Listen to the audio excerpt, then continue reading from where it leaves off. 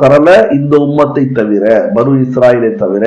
எனவே அப்படிப்பட்ட கொடியவர்கள் இவர்கள். அதை நீங்க காசாவை பார்த்தாலே தெரிஞ்சுக்கலாம். எனக்கு தெரிஞ்சு எத்தனையோ ஆண்டுகளாக அங்க இந்த பிரச்சனை போயிட்டு இருக்குது. அல்லாஹுடைய கிருபையில் அல்லாஹு தஆலா நல்ல ஒரு செய்தி இன்ஷா அல்லாஹ் கூடிய சீக்கிரத்தில் நமக்கு வழங்குவான், கொடுப்பான்.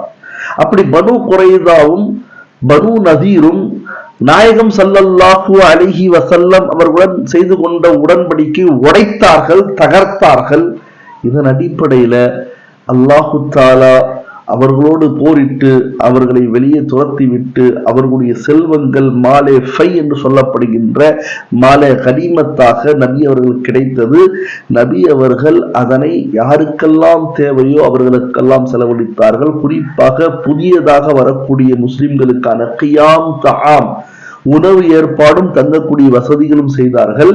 அதே போன்று மசாரிஃபே ஜிஹாத், ஜிஹாதுக்கு தேவையான எல்லா தேவைகளும் அந்த செல்வத்திலிருந்து பயன்படுத்தினார்கள் என்பது வரலாறாக இருக்கிறது. இதுவும் திர்மிதி ஷரீஃபில் இடம்பெற்றிருக்கிறது.